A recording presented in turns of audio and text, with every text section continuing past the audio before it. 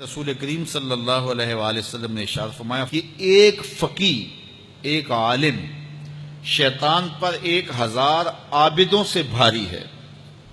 1000 عابد عبادت میں لگے ہوں شیطان کو ان کی وہ ٹینشن نہیں ہوتی جو ایک عالم کی ٹینشن ہوتی ہے۔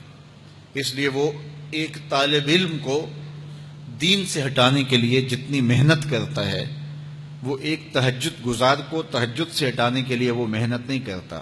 ہمارے استاد فرمایا کرتے تھے کہ شیطان تخت لگا کے بیٹھ گیا تو کسی نے آ کے بتایا کہ میں 2 آدمیوں کے درمیان لڑائی ڈال دی ہے تو وہ بڑا خوش ہوا، تھپکی دی اپنے چیلوں کو کہ تو نے بہت اچھا کیا ہے۔ پھر کسی نے آ کے بتایا کہ میں نے چوری کی واردات کروا دی ہے تو اس نے اس کو بھی تھپکی دی۔ پھر کسی نے کہا کہ میں نے جو ہے وہ برائی اور بدی تک لوگوں کو پہنچا دیا ہے اور زناکاری میں لوگ میری کوششوں سے مبتلا ہو گئے ہیں، تو اس نے کہا واہ واہ تو نے بھی بہت اچھا کام کیا، اس کو بھی داد دی۔ تو مختلف لوگ آ کے اپنی کارروائیاں اس کے چیلے چانٹے بیان کرتے رہے، اور ایک آیا اور اس نے کہا کہ ایک طالب علم جا رہا تھا تو میں نے اس کو ورغلا کر کے جو ہے وہ دین کی راہوں سے دور کر دیا ہے۔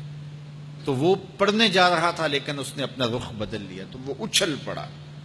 تو باقیوں نے کہا کہ ہم نے اتنے بڑے بڑے کام کیے ہیں، یہ تو ایک معمولی کام تھا۔ اس نے کہا تمہیں نہیں پتا یہ کتنا بڑا کام کر کے آیا ہے۔ تو شیطان انسانوں کے روپ میں بھی ہوتا ہے۔ تو بعض اوقات جو علم پڑھنے والے ہوتے ہیں ان طلباء کو شیطان بھی وسوسہ اندازی کرتا ہے، اور بعض لوگ بھی کہتے ہیں جی تمہارا مستقبل کیا ہوگا۔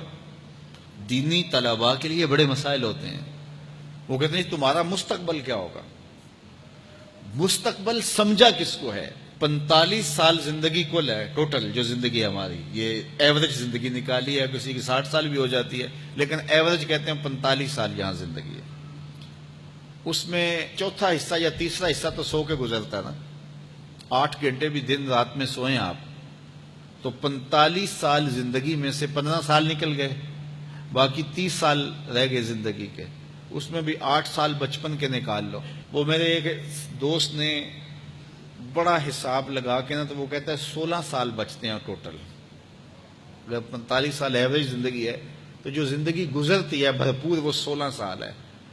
تو میں کہتا ہوں کہ 1 سال جو ہے وہ یہ سیلفیوں کا بھی نکال لو، یہ بھی ہر جو ہے وہ آدھے گھنٹے کے بعد 5 منٹ یہ بھی صرف ہوتے ہیں۔ تو 15 سال 16 سال ٹوٹل زندگی ہے، اس کو مستقبل سمجھا جاتا ہے۔ اصل مستقبل کون سا ہے؟ اللہم ان العیش عیش الآخرہ۔ میرے حضور فرماتے ہیں اصل زندگی تو آخرت کی زندگی ہے۔ تو ہم اگر مستقبل اس کو قرار دے دیں اور یہ ساری زندگی جد و جہد کی زندگی قرار دیں اور آخرت کی کھیتی میرے حضور نے فرمایا، تو پھر مستقبل کا تصور ہی بدل جاتا ہے۔ دیکھیے اس 10-15 سالوں کو 20 سال لگا لیں ان کو اچھا گزارنے کے لیے۔ ایک انجینئر ہے، ایک ڈاکٹر ہے اور مختلف علوم و فنون کا حاصل کرنے والا ایک بزنس مین ہے، کتنی محنت کرتا ہے، جوانی جیسے حسین لمحے وہ دن رات ایک کر کے گزار دیتا ہے۔ عزیزوں کی شادی قریب ہے لیکن وہ نئی شادی پہ پہنچا جی بس وہ اس کا بڑا حساس معاملہ ہے تعلیم کا، تو اس نے خوشیاں چھوڑ دیں، عیدیں چھوڑ دیں، گھر سے دور رہا، کیوں جی میرا مستقبل سنور جائے۔ اپنے کیریئر کو بنانے کے لیے، اپنے کاروبار کو کھڑا کرنے کے لیے کس کس محنت کے اندر اس نے صرف کیے، اور مستقبل کتنا ہے، اور وہ بھی آرام سے نہیں پھر بیٹھ جانا، اس محنت کے بعد پھر اس مستقبل کے اندر بھی محنت مسلسل باقی رہے۔ لیکن وہ جو زندگی ہے جو حقیقی مستقبل ہے اس میں عمل نہیں ہے، حتیٰ کہ اس میں نمازیں بھی نہیں ہیں۔ آخرت کی زندگی کے اندر ہمارے لیے نمازیں بھی نہیں ہوں گی، روزے بھی نہیں ہوں گے، پھر ٹینشن فری زندگی ہے۔ وَلَكُمْ فِيهَا مَا تَشْتَهِي أَنفُسُكُمْ، جو دل میں آئے گا سامنے پڑا ہوا ہوگا۔ یہاں تو حسرت میں زندگی گزر جاتی ہے نا کہ یہ چیز مجھے مل جائے، اور ملتی اس وقت ہے جب اس کی خواہش ہی ختم ہو چکی ہوتی ہے۔ لیکن وہاں جو آرزو کرے گا، ابھی آرزو خانہ ذہن میں ہوگی، ابھی ذہن سے دل میں اتر کر کے دل کو بے چین نہیں کرے گی کہ وہ خواہش پہلے پوری ہو چکی ہوگی۔ تو اصل زندگی تو وہ زندگی ہے۔ تو اس لیے شیطان یہ بہکاتا ہے کہ میاں یہ زندگی کیسے گزرے گی، بالخصوص طلباء کو، دین سیکھنے والوں کو۔